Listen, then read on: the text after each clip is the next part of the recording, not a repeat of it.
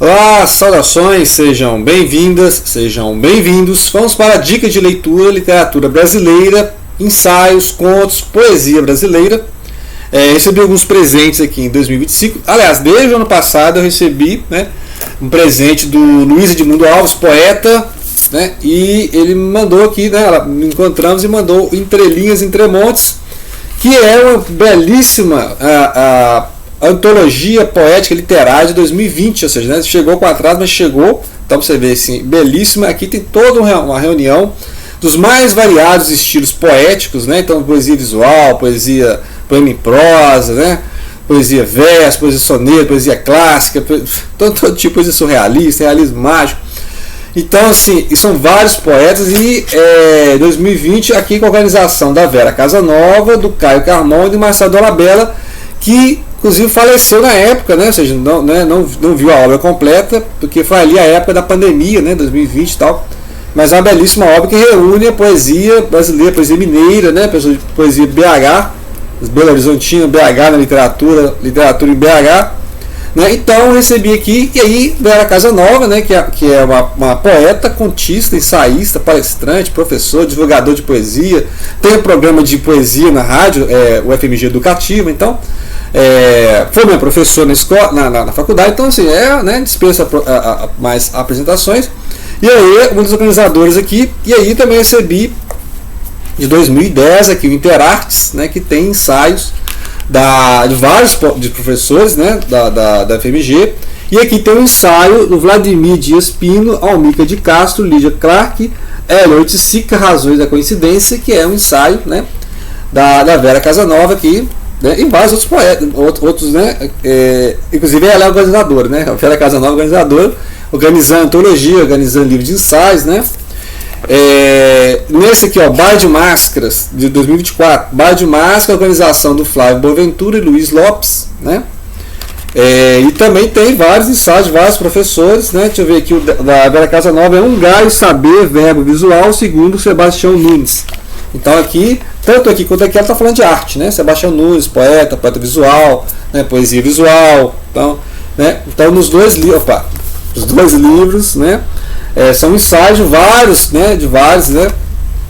vários professores, ensaístas, então esses aqui ensaios, esse aqui poesia, antologia, esse aqui contos, então a Vera Casanova também é contista, tem vários contos que contos assim do dia a dia, do cotidiano, as banalidades do cotidiano, e aí ela faz ali uma prosa poética, poemas em prosa, um poema feito em conto.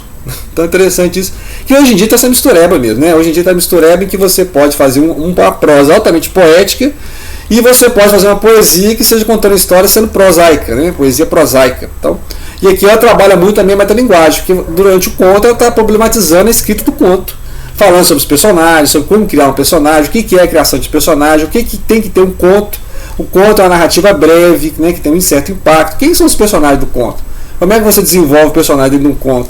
E aí ela vai contando as histórias, os causos, os contos são geralmente causos, e sempre partem de coisas cotidianas, coisas de família, coisas de sociedade, e ela vai dando um olhar ali. O tempo todo você percebe que ela está colocando o conto em problema. O conto, ou seja, isso é um conto? O que é um conto? Quais são os limites de um conto? Conto é o que o autor chama de um conto, Inclusive essa é uma fala do Mário de Andrade, que é justamente o que é definir um conto. É o tamanho dele, é a extensão, quantas páginas, se um conto muito extenso, com vários núcleos, é uma novela, como é que você transforma um conto num romance?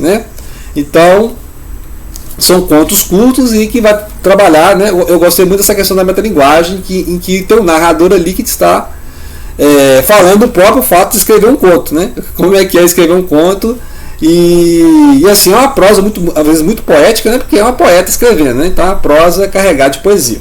Mas o grande destaque nesse vídeo, que vai dar o título ao vídeo, é justamente os versos oblíquos, Obliquidade do Tempo, são 2 volumes, em que aqui a gente vai encontrar a professora, a poeta, a erudita, dialogando com vários poetas de várias nacionalidades, europeus, brasileiros, que é justamente o poeta que lê, É uma poesia de sabedoria, uma poesia de conhecimento, Então ela vai aqui compartilhar com a gente, vai digerir essa poesia mundial, né? Essa poesia de vários autores e autoras, e a gente vai tomar conhecimento, então, né? Através do olhar dela, de leitora, né?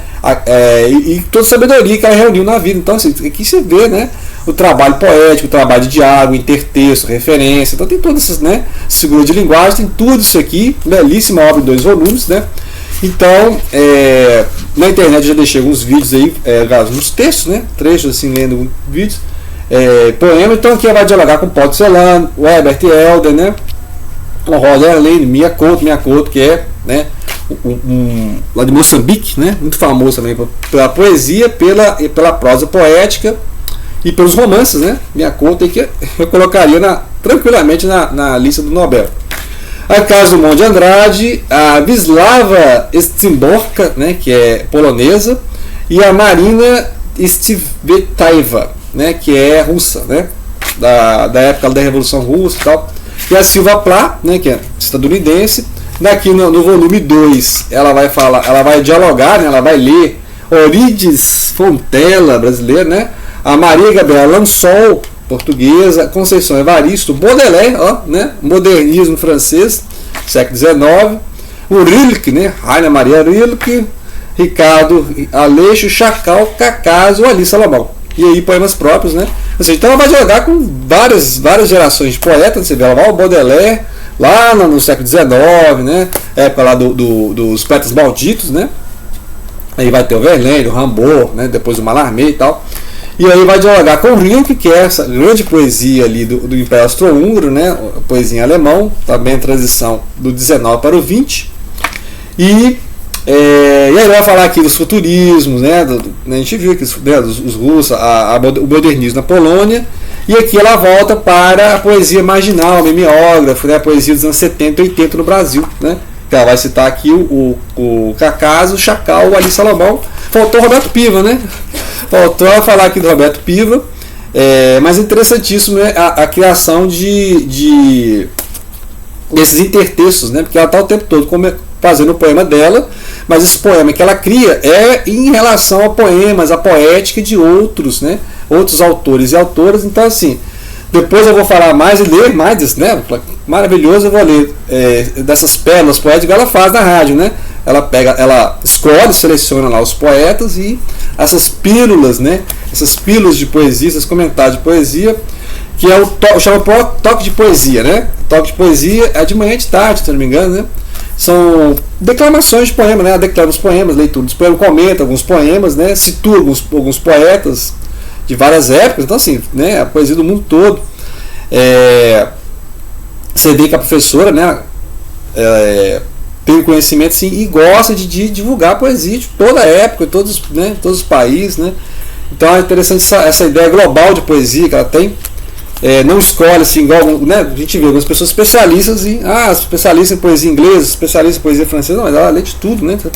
Você vê pela escolha, né? Desses poetas que ela vai dialogar, né? Então, Paul Celan, que está na língua alemã, aí vai para Herbert Helder, né? Portugal, aí Roger Lane, alemão, né? Romantismo, aí vai ali para Polônia, vai para a Rússia, volta para os Estados Unidos, né? Então, assim, aqui no volume 2, então, Portugal, Brasil, França, Império Austro-Húngaro, várias épocas, né, vários lugares, né, então fica a dica. O nome do vídeo vai ser isso aí, ó, Versos Oblíquos, a Obliquidade do Tempo. E eu vou lendo com o tempo, né, esses poemas e vou deixando aí, porque a poesia mesmo a poesia é isso, você vai digerindo, você vai degustando, né, esses poemas que ela fez para várias. Então vamos só ler aqui o Tempus Fugit, né? O tempo foge, né? O tempo fugaz, que está aqui no volume 2, né? O silêncio do tempo que passa desperta os desejos reprimidos. Primordial sentença. O domínio da desmessura é o flagrante da infância. Né? Então, um pequeno poema para pensar. Esses poemas condensados, né? Emily Dixon, né?